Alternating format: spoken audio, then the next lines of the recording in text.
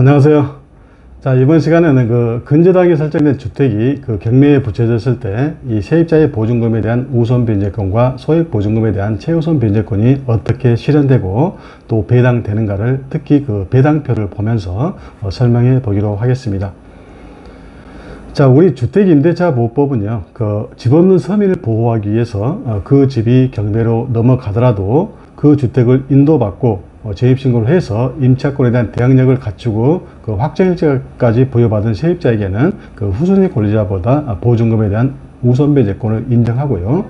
자, 특히 임대차 보증금 중에서 최소한의 일정액, 즉 소액보증금이라고 그러는데, 자, 소액보증금에 대해서는 경매 신청 등기 전에 대항력을 갖추게 되면 권리 순위에 관계없이 다른 담보물권자보다 우선적으로 배당을 받아갈 수 있도록 하는 이 소액보증금에 대한 최우선 변제권을 인정하고 있는 것입니다.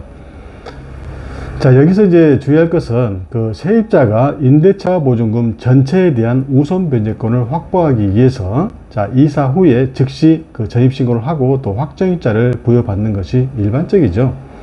그렇지만 설령 그 당시에 입주 및 전입신고를 하지 않았다 하더라도 그 주택의 경매 신청 등기 전까지 입주하고, 자, 경매 신청 등기 전까지입니다. 경매 신청 등기 전까지 입주하고 전입신고를 하게 되면, 즉 대항요건을 그때까지 갖추게 되면 이 소액 보증금에 대해서는 최우선 변제권이 인정된다는 것입니다. 자, 물론 그 세입자가 당해 경매 절차에서 물론 배당 요구를 할 수 있는 기간인 배당 요구 종기까지 임대차 보증금에 대한 배당 요구를 해야 되는 것입니다. 자, 그때까지 세입자가 이 배당 요구를 하지 않게 되면 임대차 보증금 뿐만 아니라 임대차 보증금 중 소액 보증금에 대해서도 배당을 받을 수 없는 것입니다. 자, 그리고 모든 주택 임차인에게 소액보증금의 최우선 변제권이 인정되는 것이 아니고요. 자, 소액보증금의 보호를 받을 수 있는 보증금의 범위와 기준은 우리 주택임대차보호법 시행령에 정해져 있는데요. 자, 지역에 따라서 그 금액이 다르고 또 몇 년마다 한 번씩 시행령이 개정되면서 이 소액보증금의 보호 금액이 이렇게 상향 조정되고 있습니다. 자, 예컨대 서울시에 소재하는 주택에 대한 임대차에 있어서는요, 2016년 3월 31일부터 2018년 9월 17일까지는 임대차 보증금 1억 원 이하의 세입자에 한해서 최고 3,400만 원까지 소액보증금의 최우선 변제권이 인정되었는데, 자, 그 후로 주택임대차보호법 시행령이 또 2018년 9월 18일 개정되고 그 당일부터 시행되어서 임대차 보증금 1억 1천만 원 이하의 세입자에 한해서 최고 3,700만 원까지 소액 보증금의 최우선 변제권이 인정되는 것으로 바뀌었고요. 또 이제 금년이죠. 2021년 5월 11일 날 우리 주택임대차보호법 시행령이 또 개정되어서 시행되면서, 자, 이제는 임대차 보증금 1억 5천만 원 이하의 세입자에 한해서 최고 5천만 원까지 이 소액 보증금의 최우선 변제권이 인정되는 것으로 이렇게 바뀌었습니다. 자, 여기서 이제 주의할 점은요, 이 세입자 본인이 이 소액 보증금의 보호 대상인가, 자, 그리고 이 소액 보증금에 대한 최우선 변제권이 인정되는 금액이 얼마인가는 그 주택에 대한 근저당권, 기타 말소 기준 권리가 설정된 시점을 기준으로 해서, 자, 말소 기준 권리가 설정된 시점을 기준으로 합니다. 그 시점을 기준으로 해서 그 시점에 시행되고 있던 주택임대차보호법 시행령을 기준으로 해서 판단해야 된다는 것입니다. 자, 여기서 이제 말소 기준 권리라는 것이 있는데, 자, 이것은 제가 이미 한번 우리 동영상 유튜브 동영상에 이렇게 업로드 했어요. 그거 참고하시고요. 아무튼 말소 기준 권리라는 것은 이 주택 등 부동산이 경매로 매각된 경우에 그 부동산에 존재하던 권리가 소멸 내지 말소되는가, 자, 그렇지 않으면 소멸 내지 말소되지 않고 그대로 남아서 경락인에게, 즉 매수인에게 인수되는가를 가늠하는 기준이 되는 권리를 말합니다. 자, 이러한 말소 기준 권리가 될 수 있는 권리는 총 6가지가 있는데요. 이 저당권이라든가 근저당권, 압류라든가 가압류, 담보 가등기, 그리고 강제 경매 개시 결정 등기가 그것입니다. 자, 이 총 6가지 권리가 무조건 말소 기준 권리가 되는 것은 아니고요. 자, 이 총 6가지 권리 중에서 그 순위가 가장 빠른 최선순위 권리가 말소 기준 권리가 되는 것입니다. 자, 일반적으로 우리 부동산 등기부에 이 말소 기준 권리가 있는 경우는 근저당 설정 등기가 거의 대부분이기 때문에, 자, 여기서는 이 근저당권이 말소 기준 권리인 경우를 예로 들어서 설명을 해 보도록 하겠습니다. 자, 그리고 부동산이 경매로 매각되게 되면 그 말소 기준 권리인 근저당권보다 후순위 권리는 원칙적으로 말소 기준 권리인 근저당권과 함께 소멸 내지 그 부동산 등기부에서 말소되는 것이고요. 자, 말소 기준 권리인 근저당권보다 선순위 권리는 원칙적으로 소멸 내지 말소되지 않고 그 경락인이 인수하게 되는 것입니다. 즉 매수인이 경매 절차에서 인수하게 되는 것입니다. 자, 다만 등기된 전세권의 경우에는요, 이 말소 기준 권리보다 선순위라 하더라도, 자, 그 전세권자가 그 전세금에 대한 배당을 요구하게 되면 그 전세권은 소멸하고 이 경락인이 인수하지 않게 되는 것입니다.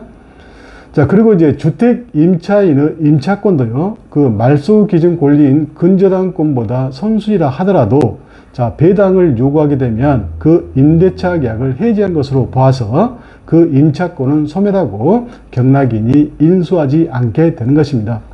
물론 그 임차인은 그 보증금에 대해서 배당을 받게 되겠죠. 자, 화면에 나오는 도표는 이 소의 소자는 A 소유 X 단독주택이 경매에 붙여졌을 때, 자, 그 X 단독주택에 대한 권리관계와 채권자들의 채권액 및 배당 가능 금액에 관한 것입니다. 자, 그리고 이제 단독주택은 근저당을 설정할 때 보통 그 대지와 함께 이 공동저당을 설정하고, 따라서 그 대지에 대한 권리관계도 따져봐야 되겠지만요. 자, 설명의 편의상 X 단독주택으로 단순화시켜서, 즉 대지를 제외하고 설명할 것이고요. 자, 다음은 도표가 복잡하기 때문에 천천히 살펴보도록 하겠습니다. 자, 먼저 임차인 B가 X 단독주택 2층에 대해서 A와 전세계약을 하고 2020년 12월 10날 입주하고 그 당일날 전입신고 및 확정일자를 부여받았습니다. 자, B의 전세 보증금은 1억 2천만 원이기 때문에요. 자, B의 A에 대한 채권액은 1억 2천만 원으로 이렇게 되어 있습니다. 자, 그 후에 A는 2020년 12월 20날 시은행으로부터 본인의 X 단독주택에 근저당을 설정하고 2억 원의 대출을 받았습니다.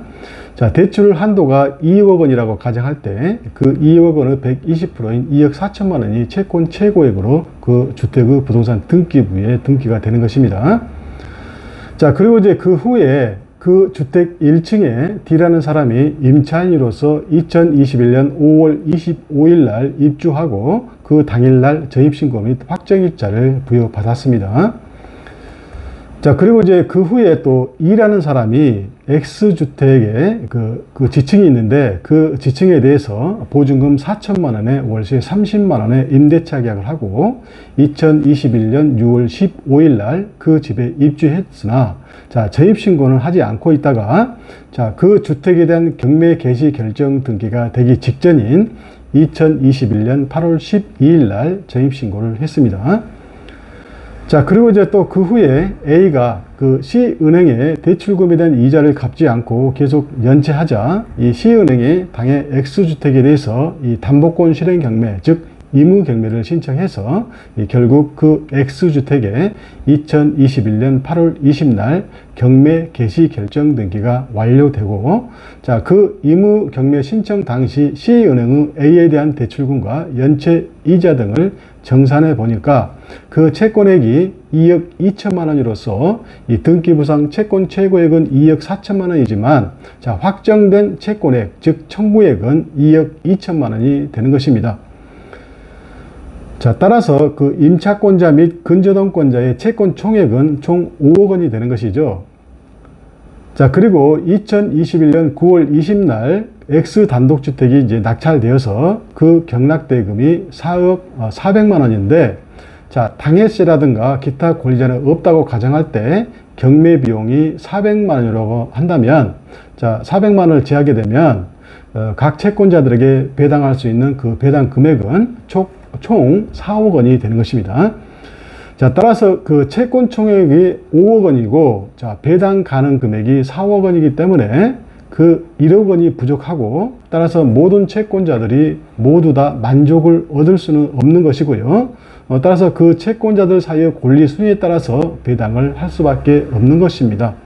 따라서 선순위 권리자들 중 일부는 다 배당을 받아갈 수 있고, 그 후순위 권리자의 일부는 또 배당을 일부 받아가거나 또 전부 받아가지 못하는 상황이 벌어질 수 있는 것이죠.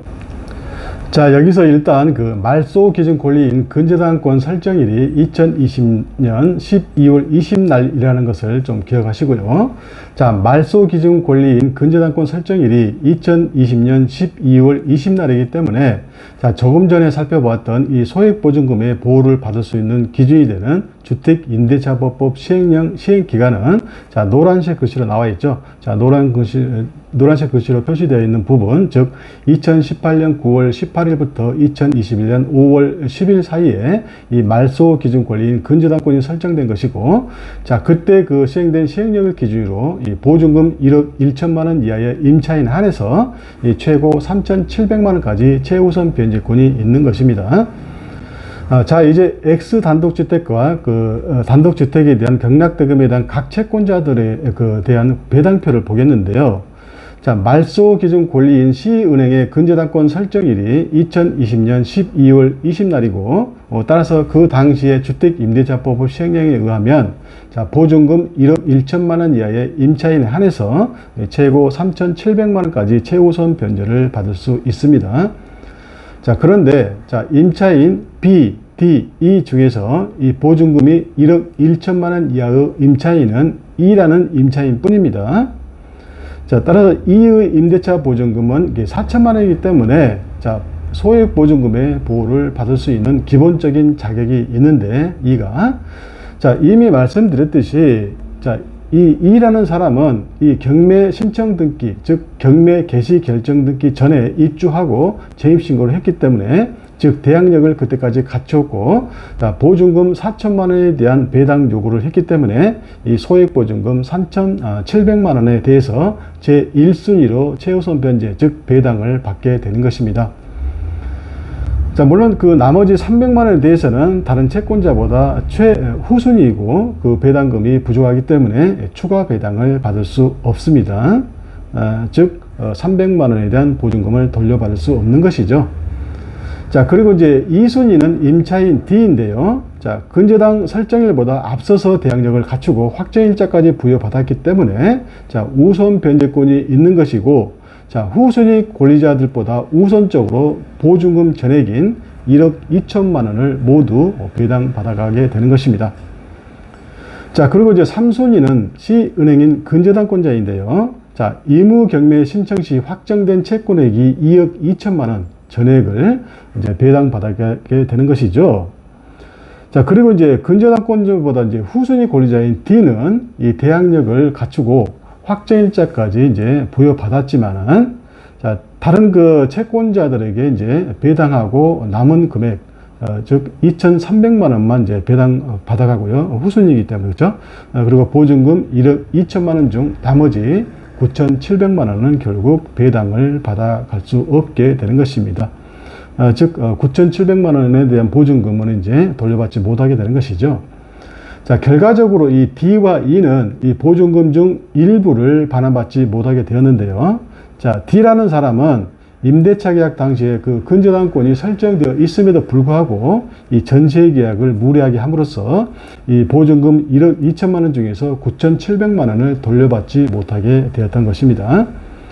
자, 특히 그 D가 이 전세 계약을 할 당시인 2021년 5월 25일 우리 주택임대차보호법 시행령에 의하면은 그 5천만 원의 소액 보증금의 그 보호를 받을 수 있는 것으로 보이지만은, 자, C은행에 대한 근저당권 설정일이 2020년 12월 20날이므로, 자, 그 당시의 시행령에 따라서 결정되기 때문에, 자, D는 소액 보증금의 보호도 받지 못하는 지경에 이른 것입니다.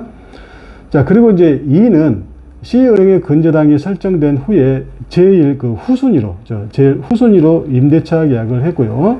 입주 즉시 재입신고를 하지 않았기 때문에, 자, 보증금 4천만 원 전액을 날릴 뻔했으나, 자, 다행히도, 자, 그 집이 경매에 붙여질 것이라는 것을 알고 재빠르게 그 경매 신청 등기 전에 재입시고를 함으로써 이 소액 보증금의 보호를 받아서 이 보증금 중 일부인 그 3,700만 원이라도 그 돌려받을 수 있게 되었습니다. 자, 물론 이제 300만 원은 이제 결국 돌려받지 못하게 되었죠. 자, 지금까지 이제 살펴봤듯이, 자, 이 근저당권이 부동산 등기부에 설정되어 있는 그 주택에 대해서 그 임대차 계약을 체결할 때에는 그 권리 분석을 철저히 잘해야 되고 항상 조심해야 되겠죠. 그렇지 않으면 이렇게 보증금의 일부 또는 전부를 날릴 수 있는 것입니다. 자, 지금까지 시청해 주셔서 대단히 감사하고요. 자, 내용이 도움이 되셨다면 구독과 좋아요 꾹 눌러 주시고요. 다음 시간에 또 뵙도록 하겠습니다. 감사합니다.